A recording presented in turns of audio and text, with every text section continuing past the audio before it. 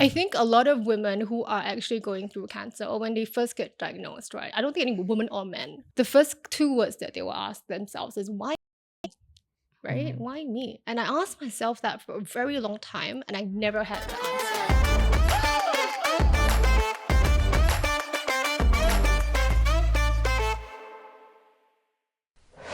Welcome back to Wise and Shine. I'm your host Reggie, aka your Chief Financial Coconut. And I'm Dawn, your co-host at Cheap Budget Babe.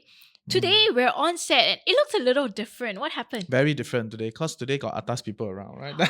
Today we are working with Rise Media and AIA to bring you a slightly different Wise and Shine. Like the essence is the same, but the style it's is Rise different. and Shine. They haven't taken over us, okay? Relax, relax. Okay. But it's an important episode. I think it's when they reach out to me and I was like, hey, this is quite an interesting episode. Because usually we are, very bubbly and we talk about things, in a certain way. But I think today we can go into a different type of story, but at the same time still keep to the essence of the show, right? So that's why I'm very excited to pick it up. But yes, would you like to introduce our guest? I am actually really excited about the guest we have on set. She's a very vivacious guest by her own words. And her story Finally, she never used interesting. Past 20 episodes is always interesting guest, okay? And her background story is very inspiring, which we'll let her introduce. So Charlene, why don't you tell our audiences about yourself? Hey guys, I'm Charlene. I am a breast cancer survivor, a very young one. Oh, I think I am young lah. I'm also an entrepreneur. Confident, you're young. Of course, I'm confident. Yes.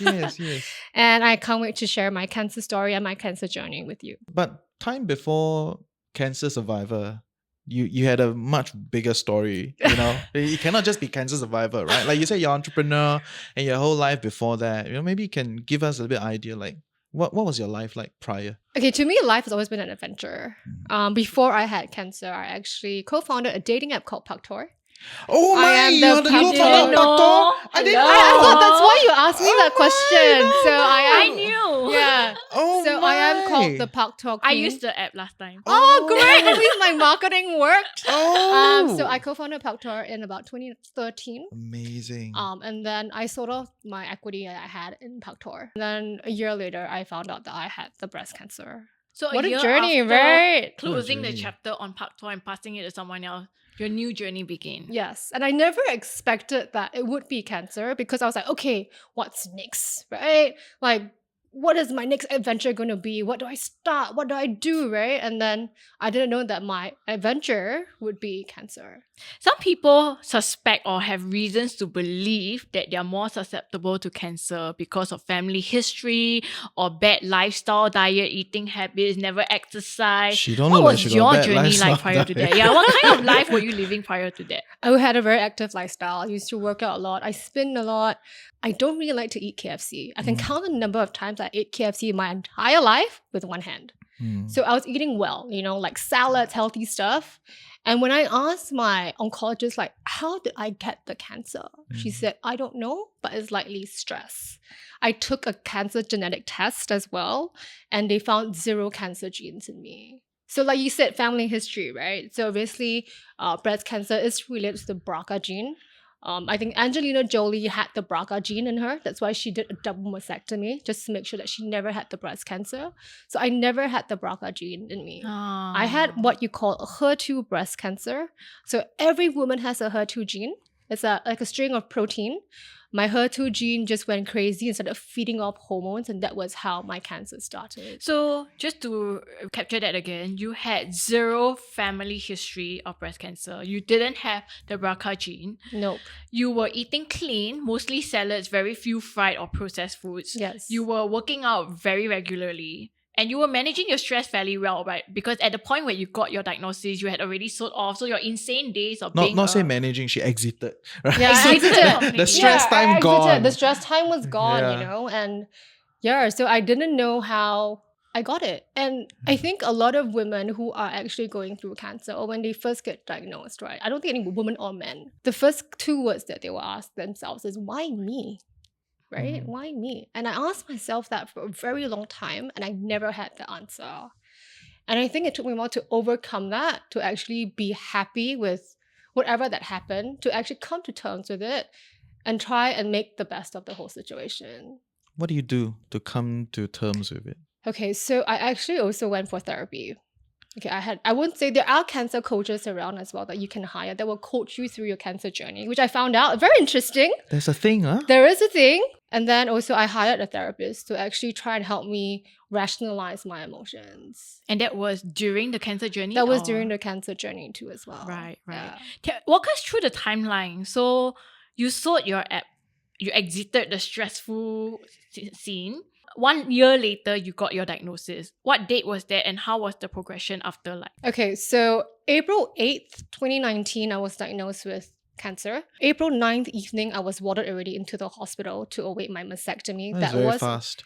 It was very fast. I couldn't process, Yeah. right? so you made the decision to have the surgery like right away after. So I getting actually diagnosis. went to seek 2 more opinions on April 9th morning, just to be sure. And they all said, whatever your doctor said was right.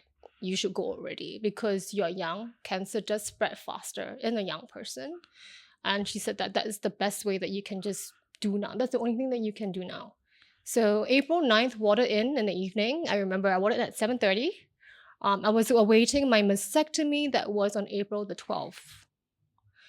And I could have done the mastectomy a lot earlier, but it's just I had a history of asthma.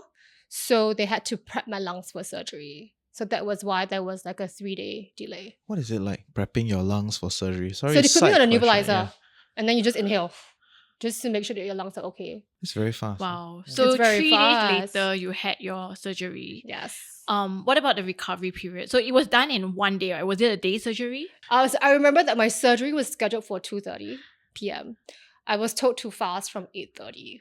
Okay, so when I fast, wow, very hungry already, right? Cannot eat lunch, cannot eat breakfast, cannot not even touch water. So I remember 2:30, I was wheeled into the operating theater and I was waiting for my surgeon and she was late. She came at 4. So by the time 3:30, I was so hungry. I told the anesthetist, just knock me out already because I'm so hungry, girl. Just jab me already, right? So the doctor came in, surgeon came in about 4. I was wheeled out of the operating theater past midnight. It was about 12:30. Yeah, 30 minutes past. And how about the recovery? How was that like? Whoa, the recovery was very tough. So I did a lat flap recon. So there are 2 kinds of ways that doctors will actually do a reconstruction. One is using your tummy fat, using your lat. So everyone has a left lat and a right lat, right? So the doctor looked at me. He said, "You clearly have no tummy fat. We're gonna, well, evident, clearly, Yeah, very clear. very Can see. clear, Very very clear, clear." yes, yes. So they took the left lat. So they removed my left lat and they pulled it forward. So I couldn't raise my hand past my shoulder for at least about 3 months. Of course, with that, I had to get a physiotherapist in. I had to get my trainer to come in again to help me do a rehab. So I was kind of still working out, but that was also like 2 weeks after my mastectomy, I started my chemo journey. So everything was just coming at me, plus the chemo side effects, going to the gym, trying to get my rehab done, trying to make sure that my left side actually works properly, trying to get more strength back on the left side, physiotherapy twice a week because they removed 6 lymph nodes to test if the lymph nodes had the cancer cells. So there was a lot of fluid that was stuck. So it's all those things that was happening like every week. But in terms of the recovery, so how long did your life have to be put on pause because of Wow. this? My life was put on pause for about 18 months. Wow, 18 I just wanted to months. focus on my chemo journey, my cancer treatment, and also focus on my physical well-being and emotional well-being. Mm. Yeah. And you couldn't work at all during these 18 Okay, months. I wouldn't say I couldn't work. I just choose not to work. Then there's a difference, right? You have a choice. I know of women who are going through cancer that they still want to work because they still want to feel normal. Mm. Just do something with their lives. I mean, Yeah. sometimes not just that. Sometimes, you got to take care of the family, right? Yeah, and you that's still need an an income to come in. it's even more Yeah. complicated struggle. Yeah. Yeah. And 18 months is a long time. For some people, their savings may not even be last 18 months. How did you manage to tide through this 18 months to focus on yourself and your recovery? Yeah, I mean, I was really thankful that I actually bought critical illness insurance before that. So the critical illness insurance actually paid out. And also, I had a very old, I think it was like a insurance plan that my dad bought when I was like a little baby. So that paid out too as well. And then my hospital insurance that I had covered the full cancer treatment. So I was quite covered. And I had the finances to actually pay for like, the gym trainer, right? My therapy, Your right? Even rehab. like my whole diet changed, right? I stopped eating processed food. There were little things that I couldn't eat. So I moved to more organic stuff. So that still costs money too, especially in Singapore where organic food it commands a higher price too as well. So I was thankful that I Wow. had that payout to actually see me through that 18 months. Wow. So basically, in short, the insurance helped to cover the cost of what it took to get treated and get past it. Mm-hmm. But your critical illness insurance payout allowed you to take time off work to recuperate, focus on yourself mentally, physically, Yeah. emotionally, without having to worry about the finances. Because Yes. other people, I can imagine, if they don't have that cash, Mm. they would have to continue working while still course. juggling their recovery route And as I've well. met so many women or so many men that were doing that. And when I look, it's very sad to know that, you're trying to battle cancer, you're trying to focus on conquering cancer, but you still have to do your full-time job because then your mental capacity is stretched. Like, how does this person actually do it? So I really respect people and they really inspire me too as well. I'm like, wow, like life is so challenging for you, but you still make the best of it. And they're still very positive. The way you're recounting it, it's after you have processed everything, right? Yeah. So the way you're talking about it now is very clean, Yes. And you had the time to think through everything and look at it, breathe on it. Yeah. Reflect about it. But maybe can you give me a little bit more color when that whole thing just happened in a short period of time? Because like Okay. you said, when it happened, 2 days you're in, 3 days you're out, and all these things were just like bum, bum, bum, bum, bum, right? So looking back, how was that? Okay, so I'll start when the doctor first diagnosed me. She just said 3 words: "You got cancer," and I was alone in the clinic, and I just broke down. And I was like, the first 2 words that came into my head was, "Why me?" Right? What did I do wrong? Then I think, is this karma? Right? Did I do something with someone? Is it because I broke up with this guy? I don't know. So you have all these weird, stupid things that come into your head, right? And I was like, hey, no, cannot be. So I went back home and everything was just happening so fast. I was just crying the whole time because I couldn't process. I was very lost. Being a very successful entrepreneur, a female entrepreneur, right? In the tech world, right? The 3 words "you got cancer" completely just robbed me of all my independence and brought me away of whatever accolades and whatever awards that I've won or achieved the past 5 years as an entrepreneur. And I was like, wow, what the hell is going on, right? And then I thought, okay, just be positive, right? Because I feel very lost. I feel very confused. You don't know what's going on. And the people around me, they supported me as friends, but none of them could support me as someone that had been through that journey. Yeah. No, I didn't have anybody around me that had cancer before, that was around my age, right? Maybe my old relatives had cancer before, but not someone that was close to me, or neither someone in my social circle, or neither someone in my same age group as me. So, okay, you know what? Just try your best, right? So me being type A, okay, I think, okay, strategy, right? I know I'm a bit lost, but let me try and set myself up for success, right? So what is the goal? And I'm very type A.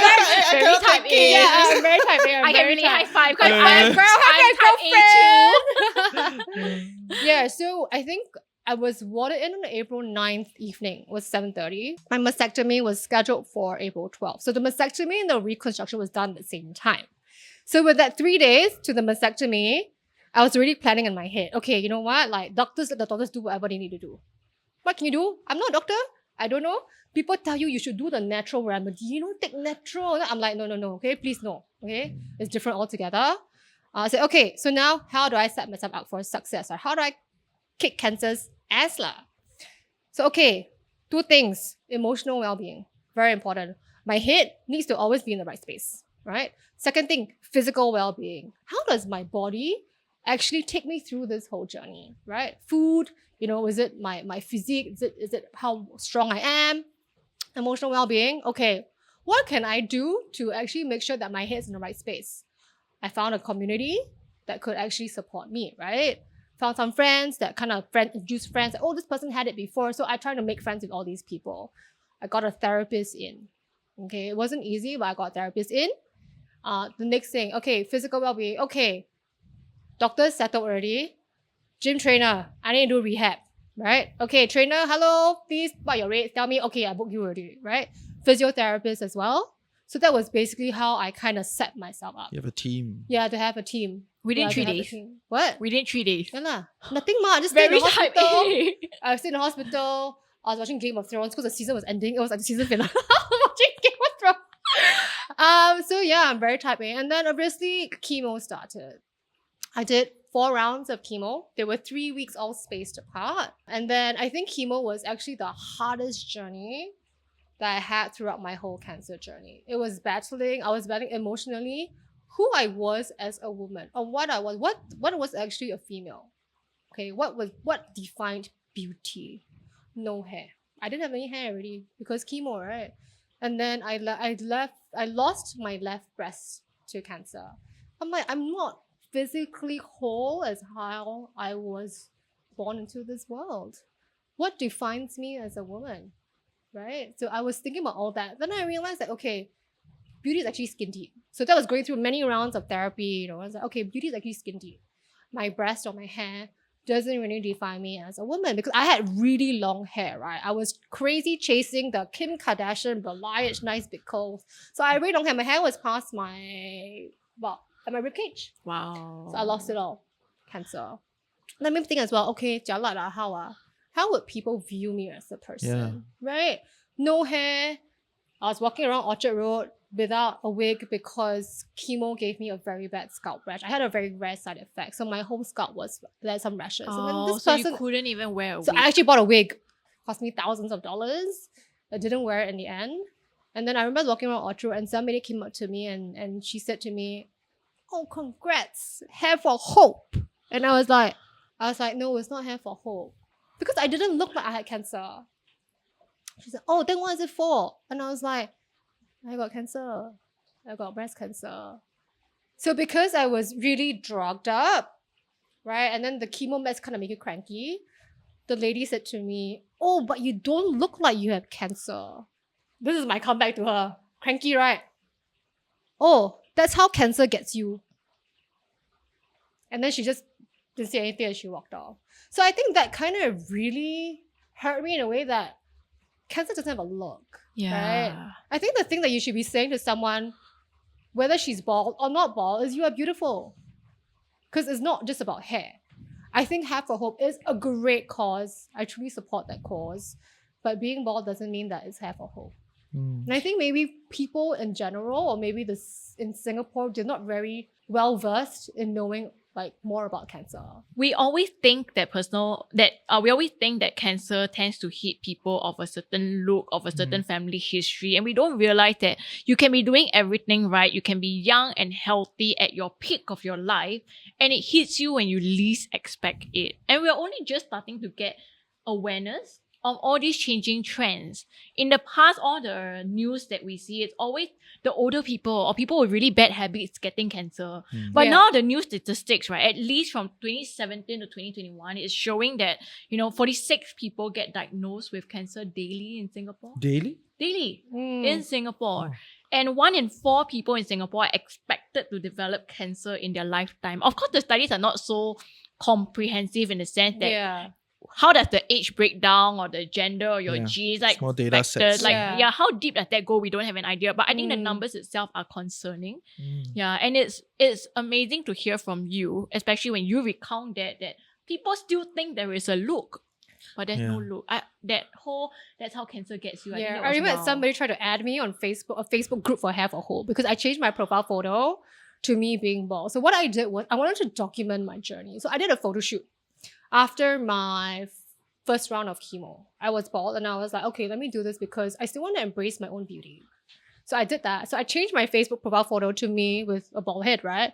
And somebody tried to add me into a Facebook group for Hair for Hope. And I was like, are you kidding me? She's like, oh, can I add you into my Facebook group for Hair for Hope? And I was like, why do you ask me that? She said, oh, because you have no hair. And I'm like, I have no hair because I have cancer. She said, oh, I'm so sorry. Good luck in your journey. And then she just disappeared. So it's like thank you for speechless. feeling sorry for me, but I'm over it at the point in time. So I spoke to my therapist. I was like, why? I know. Yeah. But can you tell me what is one line that or one narrative that kept you going, throughout this redefinition of beauty and acceptance? So I have this line when I was talking to my friends or even talking to someone that was going through cancer as well. I always say, be liked, be loved, and be more than you ever thought that you could be. So I embody that, and I hope that I do embody that, but to always be positive too as well. But there is always light at the end of the tunnel. Yeah. Okay. Yeah. I want to talk more about like how this affected your mindset on life. So prior to getting the diagnosis, you were all rah-rah. You had everything going, all your awards, your accolades. You were just hitting every single milestone and overcoming them. Yeah. And then you said you had an 18-month pause on your life. Yes. And then now coming back out of the 18-month pause, do you see that as like a pause? And that pause was just something for you to go out, recuperate, come back, and then restart the journey? Or do you see that as a pause that helped you to recalibrate and come back even stronger? So when you resume your journey after the pause, it's even better than what you would have if you didn't even have a pause. What's your mindset? Definitely the latter. I think it was more like to recalibrate and to figure out what I really wanted to do in life. What was my purpose in life? I used to be this go-getter, right? Type A, want to do everything, right? I still don't want to do everything, right? But I don't do it at the speed that I used to do it the last time. I still want to enjoy the little moments in life. I still want to be able to go, okay, stop. I need my own time. Okay, stop, right? Let me reflect on what happened and then try again. The other time was just go all the way. And it was just no end to it, right? And I think that now I tend to be more present in the moment. When I was an entrepreneur, I was always working almost 7 days a week. When I had dinner with my friends, my phone would be next to me. Right? I always be thinking about who's going to message me, when's the next email going to come in, what do I do next for the company? And I never wasn't fully present in that moment. So I think now after I had the cancer, I'm more present in the moment. I allocate time for myself as well, but also time for my friends then to actually love the people around me more.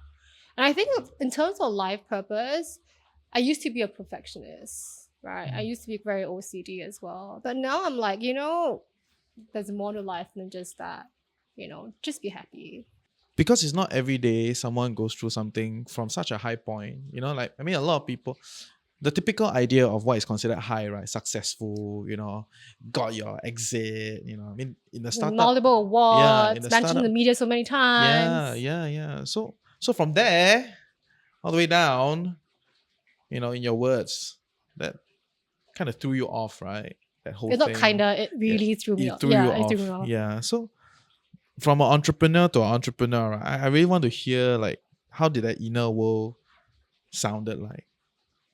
Chaos. It was just messy, very messy. My emotions were just going out of whack. Like I didn't know I'd be crying one time. I'd be like, why? Right? I was someone that was so highly revered in the tech startup scene. Top 12 women in tech. That was I think it was 2014 or 2015. One of the magazines said top 12 women. I was one of the ones that appeared in that. Oh, 12 women in the whole of Asia. And I was like, what is going on, right? Like tech. I didn't even study tech but that was something that even I know Pak Tor, right? I don't know you do Pak Tor, but I was like, Pak Tor, I know Pak Tor, right? So you made an impact. Definitely. And then so it was like, what's going to happen next? So it's a feeling of despair, a feeling of lost, a feeling of confusion, a feeling of the unknown, not knowing who you are as an entrepreneur. It's like more of like, would cancer actually impact or change the way people view me as an entrepreneur? Right? Because I was there, high startup, like high, tech scene, right? I was like the space, girl, right? The girl, the IT girl. People were looking up to me. I'm like, now that I got cancer, does it cripple that entrepreneur image that I created so hard with blood, sweat, and tears, right? Of working through endless nights, right? Does it cripple that? And I was like, what's going on? So did it cripple that? It didn't cripple it in a bad light. I kept thinking, is it going to cripple it in a bad light? It didn't, but it completely changed my perspective of what an entrepreneur should be. And I felt that the entrepreneur now that I am is to create positive impact, more so on the people around me, but on the people who are actually just even watching this, right? To know that no matter what happens in adversity, beautiful things still can happen. You still can get out of it. And yeah, I mean, life is always an adventure for me. Life is a journey for everyone. Just stay strong, be positive, and good things will come your way.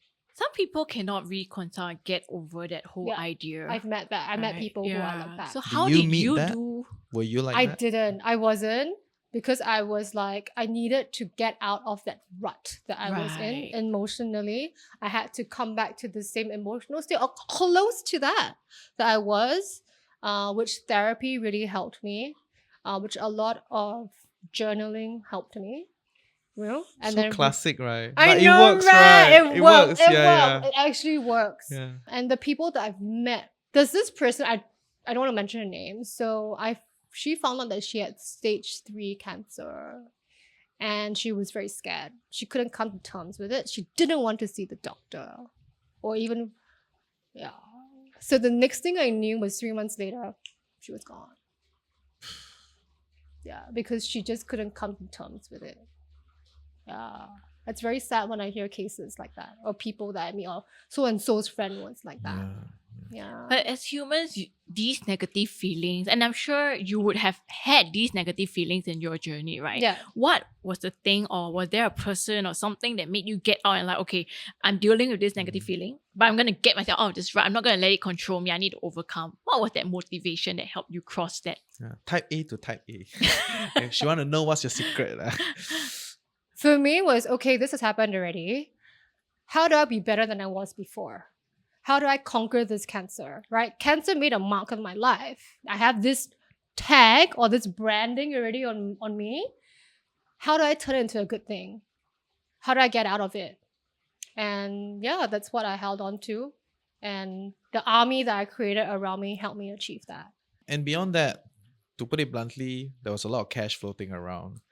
Yes. Because all these are expensive. They are very expensive. I listen to your team, right? I know. Yes, you see It's my team, my expensive army, one, right? Team It's Kui one. yeah, Yes, it's yes. very expensive. This is I would say I was expensive. spending about 3,000 to 4,000 a month.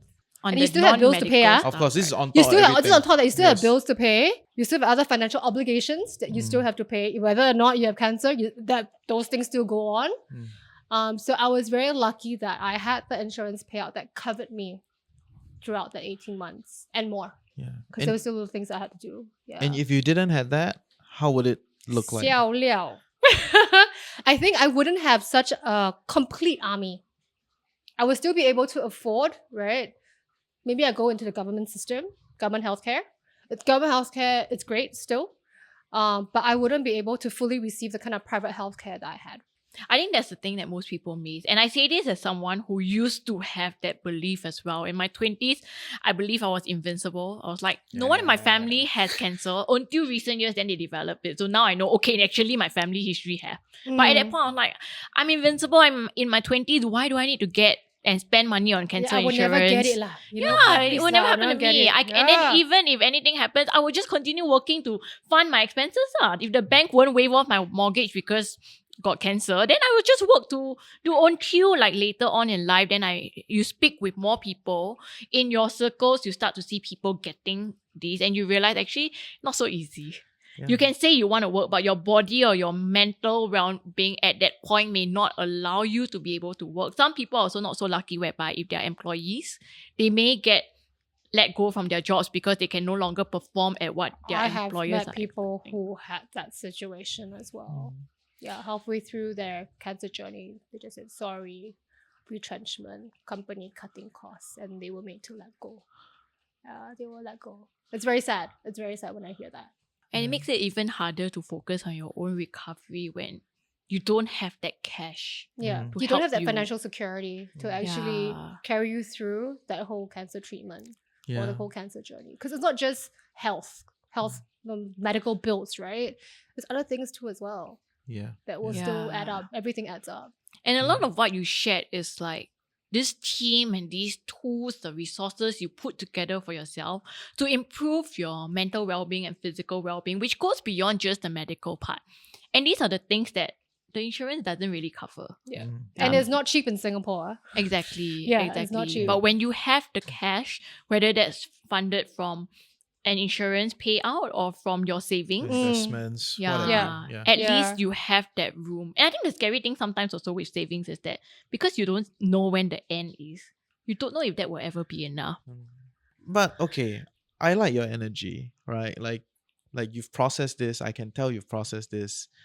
You've gotten to a good place. Took you me a know. long time to get here. I know. I mean, I don't have first-hand experience, but I know these things are difficult. But from where you are today, Mm. what are some struggles that you're still going through? That prior you didn't need to care about these things. Finding a life partner. Don't look so sad lah. Yeah. No, tell me, why do you He's think like, it's a challenge? I said find a life partner. He was like, oh. It's like, oh. I'm like, No, but I want to know why. okay, yeah. so I think firstly, I have I wouldn't say target on my back, but because I'm a Pak Tok queen, right? People expect me to be happily married, right? With a family and with a kid. But I'm like, excuse me, I was so busy helping you find your husband and your wife. Like, Now my turn. now my turn. Yeah, Okay, yeah. now my turn. And I didn't know that cancer would hit me, right? So that took me like 2 years. Set me back by 2 years to just focus and recover, right? And then now when you try to start to date again, firstly, the dating scene has changed so much, right? And the people that you meet are very weird, right? I think In what sense? weird. Okay, so I don't look like a typical local girl. Yeah.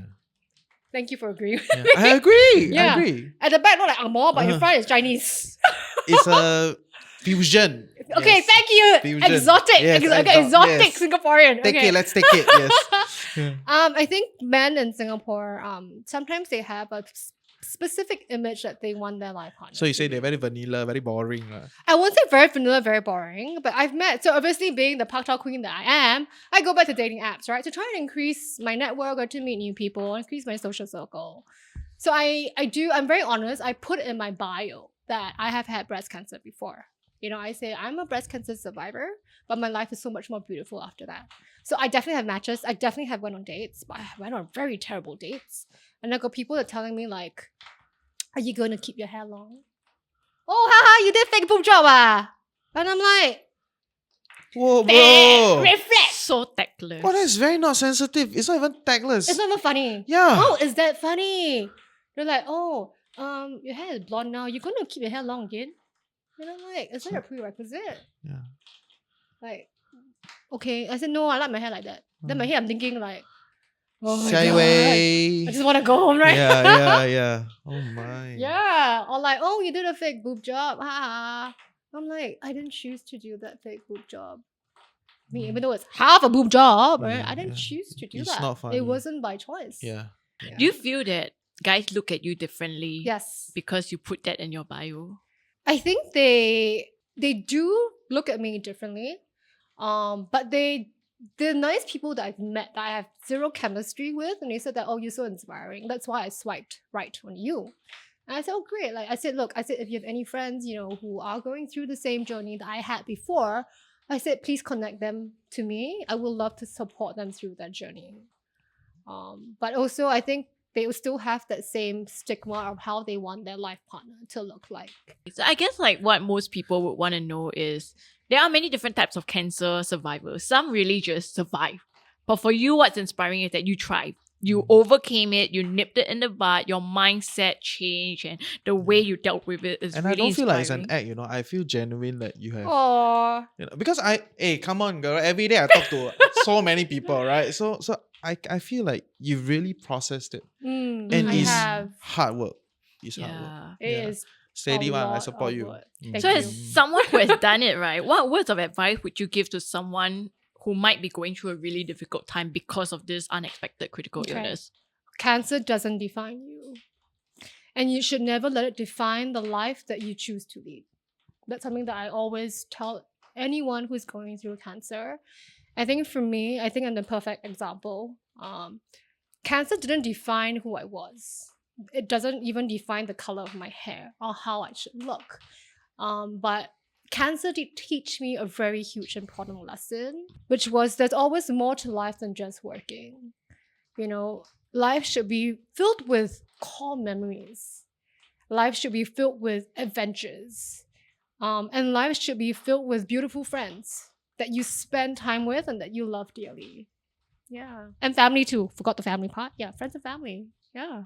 Okay, so for many cancer patients, they tend to turn to a single or multiple pillars of support. Who or what was your biggest pillar of support during that period? Well, I met this lady called Kelly when I was going through my, I think, second round of chemo. I was sitting in a chemo chair, getting all dripped up, getting ready for my second chemo. And this lady with nice long hair walks in and she goes, "Hi, I'm Kelly." And I was like, "I didn't call who's this Xiao Lang?" And that was how my friendship with her started. And she's like a 27 or 29 years of cancer survivor. So what happened was she actually was a ex-patient, or still is a patient of my oncologist that we have.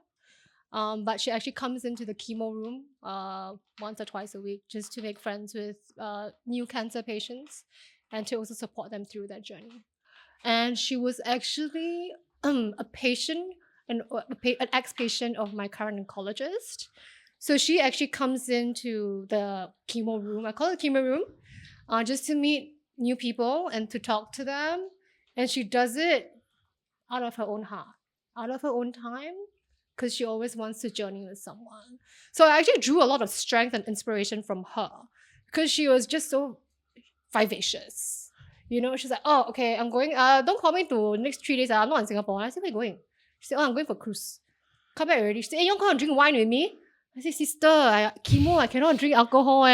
Oh, okay, never mind. When you're done, we go and drink, okay?" So it was some reason I was like, this woman, right, or this friend of mine that I just met was living life to the fullest after conquering cancer. And I was like, okay, I want to be like her, right? Where I lived life with so much joy, right? So carefree, but also being a good and positive impact to the people around you. So I drew inspiration from her. Yeah. It's very telling. It's like having a role Nice. model, someone you can look up But this to. girl very random. Super random. She just walked in and, "Hey!" Yeah. It's like, Yeah. whoa, what you want, say? I was like, "What you want?" Like, I'm like, I don't want to talk to anyone. I just want to just quickly sit down in my chair. I don't want to listen to some music because I will then sleep. Because when you're in the chemo, you actually will just knock out with the drugs that they give you. Yeah. So if anybody asks me what's the thing that you miss most about your cancer journey, I would say chemo. Why? Because they knock you out. I mean, the drugs knock you out, and you actually have a really good sleep. That's not advocacy. Yeah, I'm not advocating for that. I'm not advocating for that. But, okay, but yeah. but If you ask yes. any cancer survivor, they will say, Benadryl during chemo. Wow. Aside from the lifestyle and mindset change before and after cancer, were there any other tangible changes in your physical lifestyle? I mean, let's not talk about the rehab and all the diet changes, the essential oils and stuff that you made after cancer. Yes. But was there anything that you didn't do before cancer, which you now do actively? I would say that before cancer, I was just really just having a routine and a regime. I still have a routine now, but it's not as strict, right? It's not as strict as how it was before. I leave room to just have some spontaneity, right? Because I think that's fun, right? Life is all about surprises, right? Spontaneous things, spontaneous trips, adventures. So definitely the lifestyle has changed a bit. Thanks for sharing. You're welcome. This was fun. Yeah, I really, really enjoyed myself. Although this is the heaviest Wise and Shine I've ever done. Really? Yeah, definitely. Yes, the it's very heavy. You should be a very heaviest. happy one, bubbly one. No, Why? Yeah, You should be happy because I conquered cancer. And Yeah, I'm sure there are yeah, so many yeah. people who are watching this as well Yeah. that have conquered cancer. I'm sure. And they're so much in a better and happier place now, and life is so much more beautiful. Yeah, and I think you're a role model. Yeah, Thank you. and I think that's why we were so excited to do this episode also, because it dispels a lot of the misconceptions that people have about cancer, that it doesn't have to shape or break your life. You are a clear example of how you can overcome it. It's the mindset. Of course, these are not easy things to do, but not. you have a choice, and you showed that you did it, you overcame it, and you come out greater, more joyful at the end of it. So I think that is what really inspires people. Thank you. Yeah, I thank think you for sharing. Yeah, with us. but whoever that is watching this as well, I think if anybody has had cancer or is diagnosed, find a community that can support you through that. There's so many different avenues out there, different groups as well. Not just for cancer patients who are going through or cancer survivors, there's also caregivers support group. You Yes. can't forget the caregivers. It is not easy. It's not easy. It's not easy. There are Yeah. caregiver groups out there that will support you through that journey too as well. Yeah. Yeah. I'm tangential to grief, so I understand It's crazy. Yeah, it's crazy. If they would love to connect with you, They can follow me on Instagram. Okay. My Instagram handle is Choppa Chop Shar. You know, the lollipop Choppa Chop. Ah. I was called that since I was a little kid because I really loved having the lollipop. People call me Choops or Chupa. So I have the Instagram handle. So yeah, follow me on Instagram. Any questions, just reach out. I'm an open book. If I can't support you through your journey, I'll definitely link you up with someone who can. Because I feel that different age groups, the life goals you have are different, you know, the way you're thinking are different. Normally, when I have a guy that approaches me to support him through his cancer journey, I'll actually pass it on to someone who's a male that can support him through his journey, because his journey is different from mine. I think male and female, we have very different insecurities, different problems that we face. So it's better like a man to man kind of thing, and then a woman to woman to support each other through that journey. Yeah. nice. Thank Thank you. you. Thank you Thanks so much for sharing. having me. This was Awesome, fun. Awesome. Please don't be Thank sad. No. I love it. I love Yeah, it. thank you yeah. for tuning in to this episode of Wise and Shine. I think beyond this interview itself, aside from it being a lot of takeaways for us, feel I very think heartfelt also, lah. but Not also sad, anyone you think who needs to hear this episode or watch this, please send this their way or get connected. That you're never alone in this journey.